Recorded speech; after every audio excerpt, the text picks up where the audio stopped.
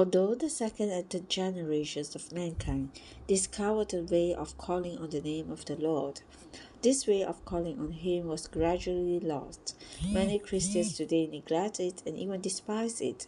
However, no Christians can escape calling on the Lord's name. During peaceful and untroubled times, we may retain our composure, unwilling to lose your faith by calling on the name of the Lord. However, during a time of difficulty, perhaps after an automobile accident or in a time of sudden illness, you will call on Him spontaneously, saying, "Oh Lord." It is unnecessary for us to teach people to call on the Lord. One day they will call on Him. When troubles come, they will have the need to call on His name. To call on the name of the Lord is simply to enjoy Him and to eat Him as the tree of life. Enoch walking with God. The characteristic of Enoch's life was that he walked with God. We are not told that he worked for God or that he did great things for God, but that he walked with God. This is very meaningful. In order to walk with a person, you must like him. If I do not like you, I will never walk with you. Firstly, I like you, then I love you, and then I will walk with you continually. The fact that Enoch walked with God proves that he loved God. He simply loved to be in the presence of God.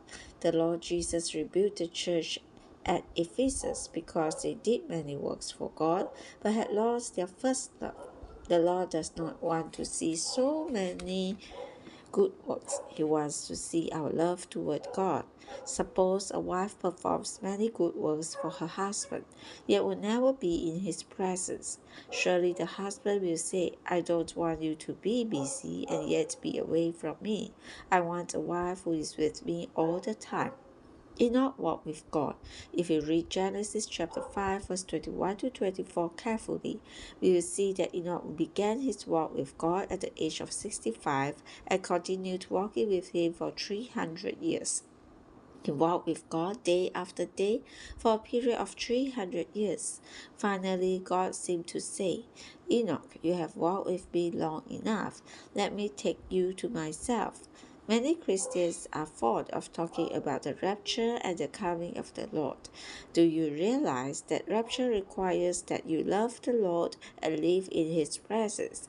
You need to love the Lord. Lord Jesus, I love you. I want to live in your presence. I want to walk with you because I love you. This loving attitude is the preparation, condition, and basis of being raptured. On what ground was Enoch raptured? He was raptured on the basis of his walk with God for a period of 300 years. Enoch offers us an excellent example.